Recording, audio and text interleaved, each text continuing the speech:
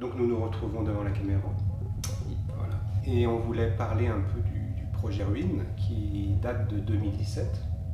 C'est ça. Donc en 2017, nous étions, donc Pascal Casolari et moi-même, Emmanuel Régis, nous étions à Saint-Étienne. Oui. Dans un musée peut-être? Oui, c'était c'était une exposition, le musée du design de Saint-Étienne. Qui est le musée d'art contemporain Voilà. aussi. Ça fait des années qu'on se connaît.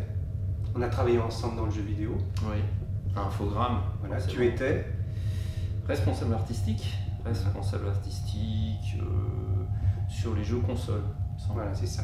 Les jeux à licence en fait. C'était que les personnages qui étaient plutôt européens d'ailleurs. Voilà, Tintin, Obélix. Et donc j'ai soumis cette idée depuis l'époque, des années 2000. On travaille seul pour des clients, ou alors depuis toi tu travailles dans une école. Oui. Mais tu as travaillé seul en indépendant. Tout à fait. Et moi, à Infogrames, je gérais des équipes projets pour faire les jeux. Donc tu étais dans mon équipe. Je faisais du son aussi. Et donc en mars, courant mars, quelque chose comme ça, 2017, au café, il faisait froid, à ce musée du design. J'ai soumis l'idée de retravailler, ou plutôt de s'amuser ensemble, à nouveau, faire un partenariat avec Pascal, où moi je voulais retourner dans les effets sonores que j'avais lâchés suite à mes activités professionnelles, qui étaient plus sur de la gestion de projet et du développement informatique, dans l'enseignement ou dans des entreprises. Et chose intéressante, c'est que moi je voulais revenir à faire du traditionnel. Voilà. Parce que je faisais plutôt du digital painting, Photoshop, donc j'ai tout le temps gardé, que je fais et je continue à faire tout le temps. Mais je voulais refaire du format un peu plus grand et des peintures, peut-être ce qu'on voit derrière. Ouais, du 120, 120, ouais, enfin peut-être encore plus grand, mais on s'est cantonné à ce format-là. Mais faire vraiment de la peinture traditionnelle, plutôt à l'acrylique. Mais c'était le but de s'amuser surtout. Voilà, bac à sable. Voilà. D'être dans l'imaginaire, parce que c'est vraiment ce qui nous anime. On en reparlera après avec Emmanuel Quentin, notre troisième larron. Qui n'est pas là. Qui n'est pas là, mais qui n'est pas loin, on en parlera après. Et du coup, tu as soumis un grand classique dans les peintures, qui est du coup les ruines. Oui, voilà. En fait, c'est un thème qui m'amusait de reprendre parce que le thème des ruines, c'est comme le thème des nus. Dans l'histoire de l'art, c'est très symbolique et pour moi c'est aussi très fort en sens. Et je voulais faire des ruines, mais dans un monde imaginaire, c'est-à-dire pas forcément des ruines terrestres, des ruines extraterrestres, des ruines sur d'autres planètes ou peut-être similaires, plus ou moins du climat terrestre, mais ailleurs. En tout cas, c'était le terme moi qui me plaisait d'aborder, c'était des ruines ailleurs. On adore la science-fiction, oui, parce qu'elle nous projette voilà, dans un imaginaire, un ailleurs, il y a des mots-clés quand même. Et du coup, tout est possible. Et puis, il y a une dimension aussi voilà, de faune et de flore et d'humanoïde ou pas qu'on peut créer, tout en mélangeant aussi des choses terrestres. Oui, c'est ça. En fait, dans les ruines, il y a un côté archéologie un petit peu. Et on était bien parti en allant au musée, ouais. etc. Moi, ça m'a toujours fasciné, les restes, les fragments d'exploration terrestre, mais de l'humanité, etc. restant. Et ça me parlait bien, donc c'est ça que je voulais, moi, un petit peu aborder. Et on est parti un peu ce côté, en fait, archéologie, exploration, et du coup, on a rebondi là-dessus. On s'est dit, on va explorer comme ça. En s'amusant, sans contrainte. Voilà. Toi, tu es sur la partie visuelle, tu fais des dessins, peut-être en parler 2 minutes. Je fais des dessins comme ça, d'une façon un peu surréaliste en fait. Mais science-fiction. Oui, c'est des visions en fait. C'est comme des visions. Des fulgurances, moi j'appelle ça. Je pars. À aucun moment je pars de texte. Voilà. Comme j'ai pu faire, hein, parce que j'ai fait pas mal de couvertures chez Brajlon, Univers Pocket, Fleuve Noir. Donc là, pas du tout. En fait, là, c'est des visions comme ça, un peu automatiques, un peu surréalistes. Alors avec, comme l'inspiration, évidemment, on peut débattre des années sur l'inspiration, d'où elle vient, etc. Mais voilà. Et sur des flashs, en fait, je travaille là-dessus et je fais des peintures, donc comme les peintures qu'on voit un peu derrière. Voilà. Et moi, je me nourris, parce qu'on fonctionne un peu comme ça, c'est important. important. Comme je reviens à la partie sonore, ça me nourrit et du coup je crée de la matière sonore. Alors voilà, la matière sonore, soit voilà, à partir d'éléments naturels que je déforme dans des logiciels ou dans des machines, soit carrément ça sort de machines. Donc ça on fait des ping-pong. Oui, parce que tu as pas mal de machines. Oui, il y a pas mal de machines. Et du coup, c'est des synthétiseurs, des choses comme ça. Et du coup, ça permet de se nourrir mutuellement. Et pendant l'année 2017, ce qui se passe, c'est que Emmanuel Quentin, qui n'est pas présent, qui est un auteur, il n'est pas là, mais il est en papier. Oui, après je... Voilà. Et donc du coup, ce qui se passe, c'est que par effet réseau, sur son roman où s'imposent les silences, il tombe sur Pascal. Hein, et il veut absolument que Pascal lui fasse la première couverture. La couverture. Voilà, la première couverture. Et ce qui est intéressant, c'est que tout à coup, Pascal a l'idée de lui proposer notre bac à sable, c'est-à-dire, on avait l'image, on a le son, il nous manquait le texte. Et du coup, en janvier 2018, il incorpore notre collectif qui est Bon Enfant, quelqu'un qui est dans la science-fiction, évidemment, qui est très cultivé là-dedans, et au niveau écriture aussi, évidemment. Il se passe une inversion, c'est-à-dire qu'il nous présente un texte, et ce texte nous présente déjà, c'est une nouvelle, presque terminée, enfin voilà. Et ce texte va plutôt faire l'inverse, au lieu que ce soit l'image qui nourrisse le son et le texte, c'est le texte qui va nourrir l'image et le son. Et ça va être la genèse du livre Mutrae, qui est un livre qu'on a mis en cofinancement participatif fin 2020 et qu'on a édité à 300 exemplaires. Voilà, il ne nous en reste plus beaucoup, une trentaine. Et du coup, ça a fonctionné et du coup, on a fait un livre sur l'histoire de cette nouvelle et le héros s'appelle Mutrae. Cette correspondance, donc ce qui est intéressant, c'était aussi de noter au niveau gestion de travail, parce que c'est un peu de mes métiers aussi, c'est qu'on essaye d'être toujours dans la proposition.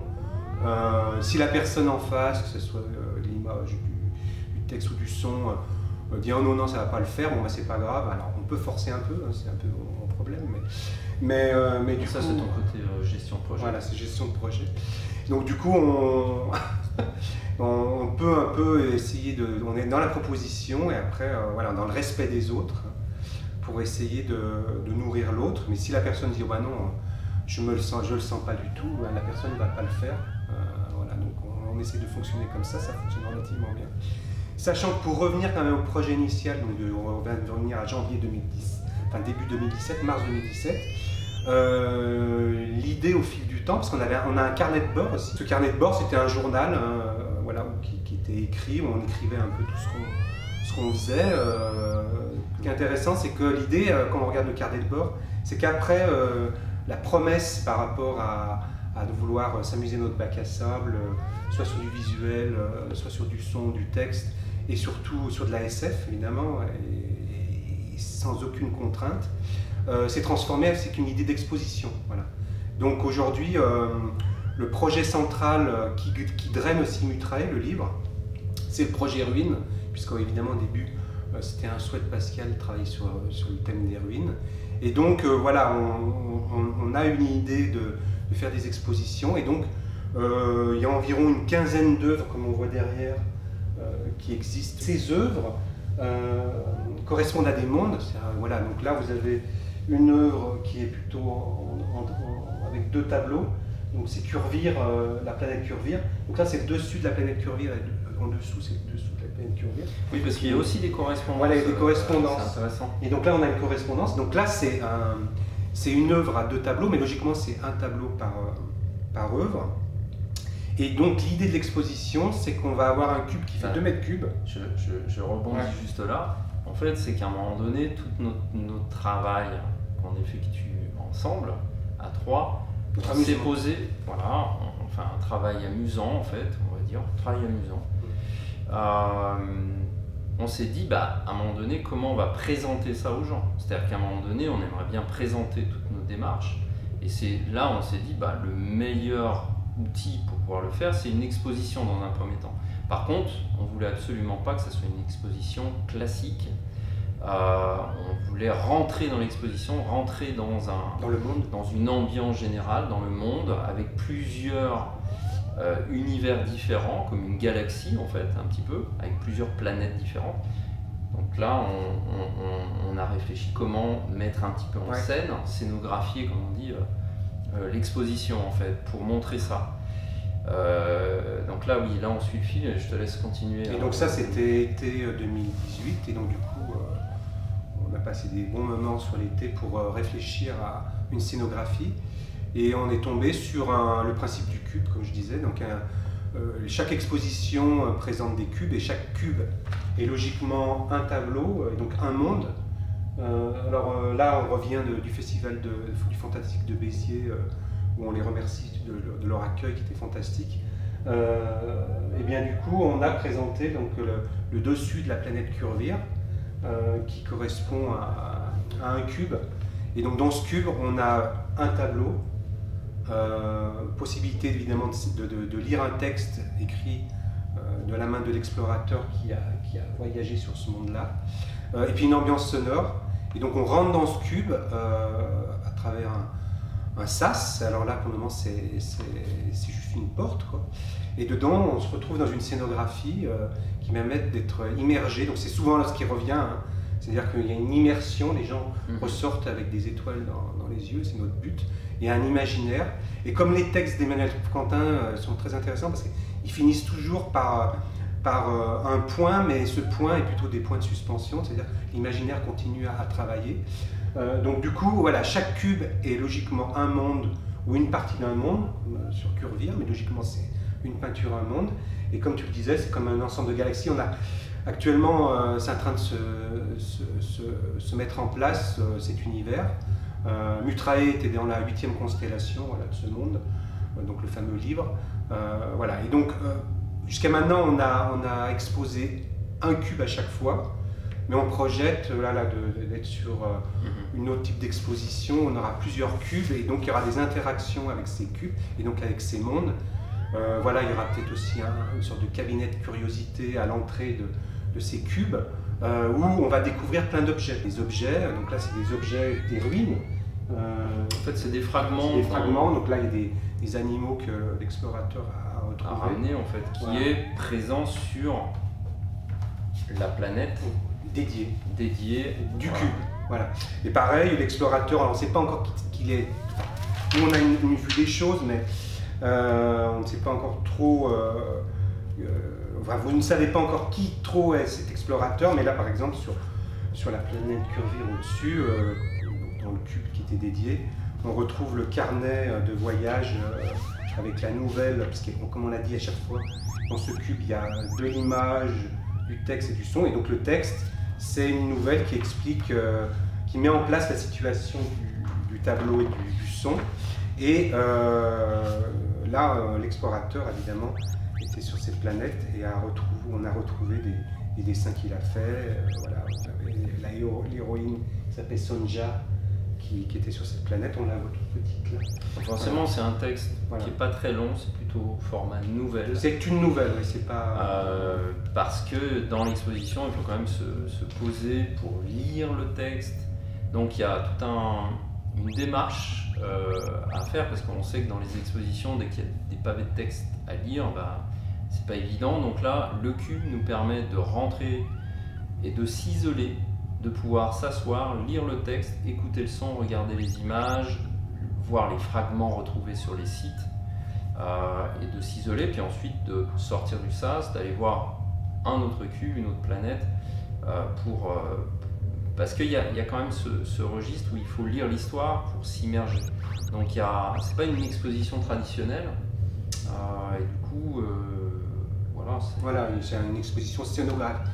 Oui, il y a une scéno à l'intérieur avec des lumières, des objets qui ont été retrouvés, parce qu'il y a toujours cette idée de ruine, donc d'exploration, d'explorateur. Par contre, ce qui est fascinant, moi je trouve, c'est que en fait, on explore quelque part des mondes imaginaires, mais ils ont une existence quelque part. C'est ça qui est fascinant. Ils sont mystifiés. C'est-à-dire qu'on a retrouvé effectivement des vrais fragments, et tout ça, ça prend corps en fait à un moment moment donné, parce qu'on se dit c'est de l'imaginaire, mais c'est vrai quelque part. Voilà, donc du coup, nous on voulait présenter quelle est notre démarche créative, même si Emmanuel Quentin n'est pas là. Et puis aussi que la réalité rattrape l'imaginaire aujourd'hui, soyons clairs. En tout cas, il n'y a pas de frontière entre réalité et imaginaire, donc c'est ça qui est intéressant. C'est du moment que c'est imaginaire, ça a une réalité, et que le réel aussi peut avoir une part d'imaginaire. C'est ça. Ce qui serait peut-être intéressant dans le futur, c'est que pendant que les gens attendent, ils aient un casque audio avec soit une ambiance sonore, avec un texte qui est lu, qui explique un peu l'ambiance, voilà, soit l'ambiance, un contexte de ce qu'ils vont aller voir, mais sans divulguer ce qu'il y a à l'intérieur. Parce que ça aussi, c'est très important, c'est que ce qui va intriguer les gens, c'est qu'ils vont entendre un brouhaha de l'extérieur, mais un brouhaha construit, hein, c'est pas... Et du coup, ils vont être intrigués, et il y en a qui ont peur, qui vont même pas dans le cube. Hein. On a eu des gens là, récemment au festival du Fantastique. Ça dépend voilà, des ambiances sonores. Voilà, il y a des personnes qui vont pas oser rentrer parce qu'ils sont... ça va les effrayer, mais enfin, c'est de bon enfant évidemment quand même. Et puis il y a d'autres personnes qui vont être très intriguées et qui vont penser qu'il y a une chose, c'est rentrer dans le cube. Donc voilà, donc du coup... Enfin, ce qui marche très bien aussi qu'on a eu comme retour, c'est le fait de s'isoler dans un espace plus ou moins clos devant une œuvre et de pouvoir écouter, regarder, lire, seul, prendre le temps, sans avoir d'autres gens autour. Ce qui se passe dans les expositions, en fait, dans les musées, c'est qu'on est face à l'œuvre, mais il y a des gens autour. Enfin, moi, ça m'a toujours un peu barbé, c'est-à-dire qu'on n'a pas le luxe d'être seul devant une œuvre. Là, le fait est que le cube nous permet aussi de nous isoler dans une bulle et de prendre l'immersion totale, son, texte, image, sans être perturbé par ce qui s'entoure. Voilà, lumière, voire ventilation, parce que la petite anecdote qui est assez sympa, c'est que sur l'œuvre que vous avez derrière vous, la planète Curvire au-dessus, où il fait un peu plus froid, c'est une planète glaciaire. Il y a aussi des ventilateurs qui propulsent une espèce de courant d'air. Les personnes qui ont assisté au dernier cube, là, qui faisait 2 mètres cubes, qui était donc la planète Curvire, les personnes nous demandaient est-ce qu'on peut toucher. Donc j'ai dit allez-y, touchez. Donc ils allaient toucher, il y avait des étagères, comme vous verrez dans le film, il y a des étagères, vous verrez l'intérieur du cube, et il y avait des objets, voilà, et donc ils sont allés toucher, et que ce soit des enfants, des adultes, des gens plus âgés, etc. Donc il y avait toute la moyenne d'âge, et aussi ce qui est intéressant, c'est qu'il y a un retour aussi à la peinture, c'est-à-dire voilà, on est sur un acrylique qui fait 120 sur 60, il y a la notion d'épaisseur, voilà, on n'est pas dans du virtuel où il y a la notion de texture, donc les personnes sont très intriguées d'aller voir près. J'espère pouvoir que vous puissiez accéder à l'exposition. C'est une expérience qui est assez intéressante justement parce qu'on sent le vent, le son est vibrant et du coup il nous enveloppe complètement du fait du cube qui a une caisse de résonance un petit peu. D'ailleurs des procédés là que tu m'as montré tout à l'heure qui étaient assez intéressants. On peut faire vibrer des plaques. Voilà, donc tout ça, c'est une expérience qui est physique en fait. Pour moi c'est très important ça, on ne cherche pas à faire tendance, on ne cherche pas à essayer d'être dans la vague ou pas. On propose ou disposer. Exactement, c'est vraiment la démarche, c'est ça en tout cas. Donc suite au livre Mutrae qui a très bien marché, on pense faire un deuxième livre qui ne sera pas une suite, mais qui sera un livre avec un texte beaucoup plus long, parce que c'est quelque chose que les lecteurs souhaitaient. Ils ont bien vu Nouvelles dans le livre, mais ils aimeraient beaucoup plus. Emmanuel Quentin les a beaucoup teasés. Et donc du coup, ça sera un livre où il y aura un texte beaucoup plus long, je pense 3 fois plus long. Après, c'est ça, c'est un peu voilà. 3 nouvelles en fait. C'est 3 nouvelles interconnectées, mais voilà, il y aura des points de suspension, mais qui s'orienteront plus vers du point. C'est-à-dire que souvent, comme je l'ai dit tout à l'heure, Emmanuel Quentin il finit une nouvelle en laissant, voilà, c'est plutôt des points de suspension, en disant maintenant à vous de faire fonctionner votre imaginaire avec ce que j'ai semé dans votre esprit. Là, on aura des réponses quand même avec tout ce projet Ruine par ces 3 nouvelles, voilà, qui qui sont interconnectés. Le format du livre sera toujours un format paysage. Par contre, on va changer la partie making-of. Elle sera encore plus technique. On a reparlé là récemment. On n'en dit pas plus. Et puis au niveau sonore, voilà, on va être sur des plages beaucoup plus longues. Sur Mutrae, on était sur des plages d'1 minute à 3-4 minutes. Là, je pense que chaque plage sera autour de 5 minutes. Voilà, donc sur Mutrae, il y avait à peu près 10 illustrations, 11 illustrations pour le texte, la nouvelle, plus après les add-ons, le carnet de croquis, le making-of. Là, on sera sur beaucoup plus d'images en fait, puisqu'il y aura 3 nouvelles en gros. Donc il y aura beaucoup plus d'images à faire, plus toute une partie que j'ai commencé déjà, toute une partie de recherche et de développement visuel sur tous les éléments qui constituent ces 3 nouvelles, comme un film ou un court-métrage, etc. Donc là, c'est ce qu'on aura de façon plus classique dans les artbooks qu'on voit sur tous les films en fait. Voilà, donc du coup, ça on projette ça, attention, c'est une projection, sur plutôt voilà, fin 2022, peut-être début 2023. On le dit à nos contributeurs et contributrices qui sont impatients. On comptera sur vous. On comptera sur vous, parce que voilà, il faudra bien qu'on finance tout ça. Là aussi, on remercie aussi les entreprises, hein. Il n'y a pas que les contributeurs et contributrices. Ah oui. Il y a pas mal d'entreprises qui ont cofinancé le projet Mutrae, alors que ce n'était pas du tout leur domaine d'activité. Donc un grand merci. Et par rapport à la suite aussi, on souhaite évidemment être encore sur le volet de l'exposition. Et ce qu'on aimerait aller, c'est sur un lieu avec une puissance mystique. Donc on cherche des lieux liés par exemple à des églises, des sacrés Élysées, des lieux voilà, où il y a un passé mystique, des théâtres romains, j'en sais rien, enfin bref, des choses évidemment. Qui sont soit liées à l'architecture, voilà. à l'archéologie, pardon. Ouais, l'architecture aussi. À l'architecture, mais qui soient des lieux un petit peu atypiques aussi, qui ont. Donc voilà, on cherche pas forcément des lieux d'exposition traditionnels. Voilà. Voilà. Donc avec l'église désacralisée, on a déjà repéré des choses, mais on ne peut pas en parler maintenant. Et là, on mettrait 2 ou 3 cubes. Projetez-vous une église désacralisée. Bon, on garde le lieu. Évidemment, il n'y a plus de signes religieux, mais il y a quand même le poids. On sent la puissance quand même du lieu. Donc il y a des vestiges, évidemment, si c'est des vieilles églises. Donc ça rejoint tout à fait notre monde des ruines. Donc ce qui va être intéressant, c'est que la personne va rentrer dans ce lieu et déjà, elle sera déjà projetée dans un imaginaire, parce qu'elle verra ces 3 cubes. Voilà, j'imagine bien, enfin on imagine bien avec une scénographie aussi extérieure. Et elle pourra rentrer dans chaque cube qui seront reliés quand même. Il y aura du sens entre ces 3 cubes, puisqu'on a dit qu'il y en a 15 œuvres actuellement qui sont quand même reliées. Voilà, donc on est ouvert à des lieux non standards, comme tu l'as dit, Pascal. On n'a rien contre les lieux de musée, mais si on pouvait avoir un lieu encore plus mystique, ça nous irait. Ou alors si c'est vraiment un lieu classique, musée, avec salle blanche gigantesque, on pose des cubes, pourquoi pas, mais à réfléchir comment on la sacralise, je ne sais pas si ça se dit le mot. Voilà. Donc merci à vous et n'hésitez pas à nous contacter. Voilà. En tout cas, merci à vous de nous avoir écoutés et puis n'hésitez pas à revenir vers nous sur les réseaux sociaux qui vont s'afficher à la fin, le site internet, nos adresses e-mail respectives pour échanger surtout, pour nous faire part de vos avis, de vos réflexions ou un échange même créatif, pourquoi pas. Ah oui, nous on est très preneurs d'idées, Voilà, on est dans notre bac à sable, mais s'il y a d'autres enfants qui veulent venir jouer dans notre bac à sable, on est preneurs. Hein. Ouais, il faudra juste écarter le bac à sable. Il faudra beaucoup de sable, il y a beaucoup de seaux et de mais oui, mais on trouve ça. Et moi je ferai pas mal. À bientôt. À bientôt, au revoir.